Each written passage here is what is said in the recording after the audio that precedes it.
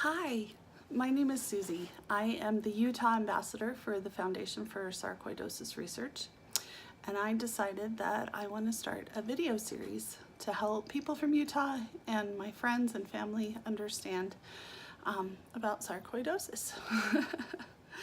Okay, so the source I'm using is stopsarcoidosis.org, and I'm mingling it with my own personal experiences.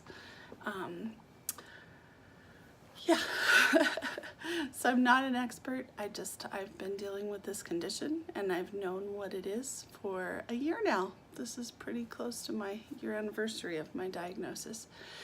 So sarcoidosis, when I first heard that word, I used to be a huge fan of the television show House, and it seemed like on many episodes they would say, well, maybe it's sarcoidosis, and I actually thought that was just something that they made up for the show.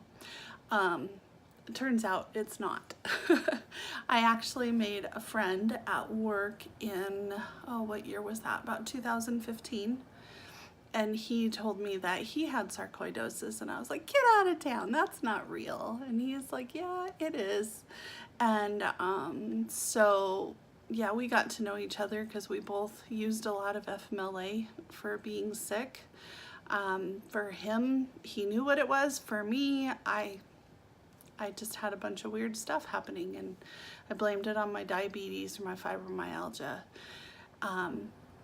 Anyway, so today is July 22nd, 2018. I was diagnosed in July of 2017. And so let me tell you, what is sarcoidosis? So it is, see, I'm going to read this part. It's an inflammatory disease. Well, that part, the first thing that really struck me was that a lot of people were calling it an autoimmune disease, and then other people were saying, no, it's not autoimmune, it's inflammatory. And I'm kind of like, well, what's the difference? I guess what the difference is autoimmune attacks your body. It's like your body attacking itself. And then inflammatory is just parts of your body swelling up. So yeah, so according to Foundation for Sarcoidosis Research, sarcoidosis is not an autoimmune disease, it's an inflammatory disease, okay? And it is characterized by the formulation of granulomas. They are tiny clumps of inflammatory cells. They're in one or more organs of the body. And it says here, when the immune system goes into overdrive and too many of these clumps form, they can interfere with an organ structure and function. When left unchecked, chronic inflammation can lead to fibrosis, which is permanent thickening of or scarring of the organ tissue. So this is most often talked about in the lungs, that you can get fibrosis of the lungs, or maybe if you've probably heard of other diseases that have fibrosis.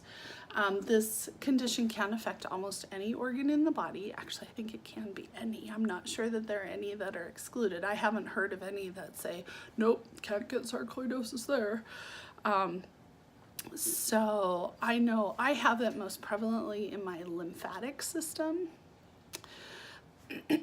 Well, that's where it's been diagnosed, because to diagnose it, you actually have to have a biopsy, and they have to be able to see the granulomas under the microscope.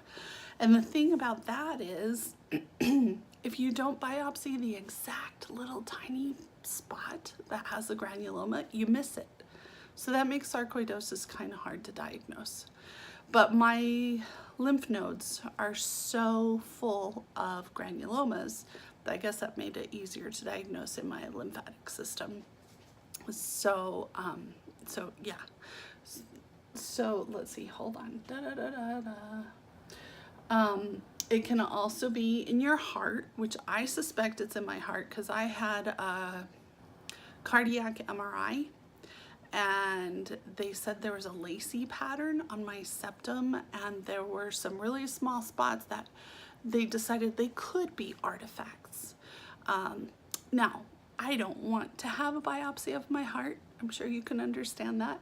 And what my cardiologist did is he discussed it with other cardiologists, and they're like, well, what do you think? Does this look like sarcoidosis? And they decided that I don't have sarcoidosis in my heart. I disagree, but you know, it doesn't really matter, because what are they going to do, right? If the organ gets really bad, you can get an organ transplant. But clearly, if they can't even tell for sure if I have sarcoidosis in my heart's not that bad. It can be in your skin. I have definitely had it in my skin. I can't show you any of my rashes at this moment in this position. Well, I have some on my breast, but I don't really want to show you my breast, so we're gonna skip that. And liver. I suspect that I have it in my liver, but that hasn't been confirmed. Again, I don't want a biopsy of my liver. I just don't like having holes poked in me. Kidneys, now I'm pretty sure my kidneys are clear. Don't think I have sarcoidosis there. Brain, I don't have sarcoidosis in my brain, I don't believe. Now, our neurologist, my husband and I see the same amazing neurologist, and he believes that my husband does have sarcoidosis in his brain and his central nervous system. My husband did have a biopsy done of his brain. That was inconclusive. They didn't find anything. And that's really frustrating, because if you have your head cut open, you want to have some definitive results, because let me tell you, don't let people cut into your brain unless it's absolutely necessary. Recovery is not nice. So the sinuses, I am 100% sure I have sarcoidosis in my left maxillary sinus, because I get recurring infections in there, and yeah, it's not fun. I have a very close relationship with my ear, nose, and throat doctor. And every time I see him, he sticks a camera up my nose. Not fun, but I'm getting used to it. It can be in your eyes. We suspect it's in my eyes because I do have problems with eye pain, dryness, blurry vision. But again, I don't want my eyes biopsied. I like them just the way they are. It can be in your muscles and bones and other areas. It's possible I have it there. Don't know for sure. I was diagnosed with fibromyalgia when I was young. I was diagnosed with chronic fatigue and Epstein-Barr when I was young. So it is possible that I have it in my muscles and my bones. Anyway, sarcoidosis most commonly targets the lungs and the lymph nodes. We know I have it there. They were able to see it in my lungs on CT scan. And they actually went back and forth, because originally I was going to have a pulmonologist biopsy my lungs, but then they decided it was less invasive to have a cardiothoracic surgeon biopsy my lymph nodes. I think that's why they did it that way. Anyway, so we're not having my lungs biopsied again. I don't want a hole poked in my lungs. Okay, they are an important part of the immune system. Which is true. I have a tendency to get sick a lot. In fact, today is a rough day for me. I woke up feeling, I haven't even eaten breakfast yet because don't feel up to it. I did put makeup on for you guys. Ha! Okay, when it affects the lungs, it's called pulmonary sarcoidosis. I think that's, yeah, I think that's normal, because like they call it, sorry, can't remember what I was gonna say. Oh, cardiac sarcoidosis when it's in your heart. So I think that's just normal with pretty much any disease. 90% or more of people diagnosed with the disease have lung involvement. The severity is very wide ranging. I guess it's possible people can have it and not even realize it, or they can get it and then get better really fast, and it doesn't really affect their quality of life. So that's the resolving that I just described to you. There's a whole paragraph of it on the website. I'll post the website for you. Remitting is where sarcoidosis goes into remission and then comes back again later. I think that's what I've had most of my life, because I'll have times in my life where I felt like I was doing really good. I was on top of the world and everything. But then I get knocked down again. So what I have is chronic. And so I'm going to tell you what their description of chronic is. For some people, the disease can be ongoing, causing permanent damage to the body, organ failure, and even death. Well, fortunately, I have not had organ failure or death, but there are transplants. People get heart transplants, people get lung transplants, people, yeah. The liver, you can just cut off a piece of it and throw away and you'll be okay. And people die. That's been really hard on me. Being in all of these, sorry about my voice, I have no control over that. Being in all of these sarcoidosis Facebook groups, you hear about the people that die and it just breaks your heart. Like there was this one lady, she's my age, and she thought she was doing good enough to go on a cruise, and she went on the cruise and she died, just died. Her heart and her lungs said, okay, I'm done. So, but you know, everybody can die. It's a possibility for everybody. Hopefully it doesn't happen to me till I'm 120. I'm gonna live with sarcoidosis for a long time.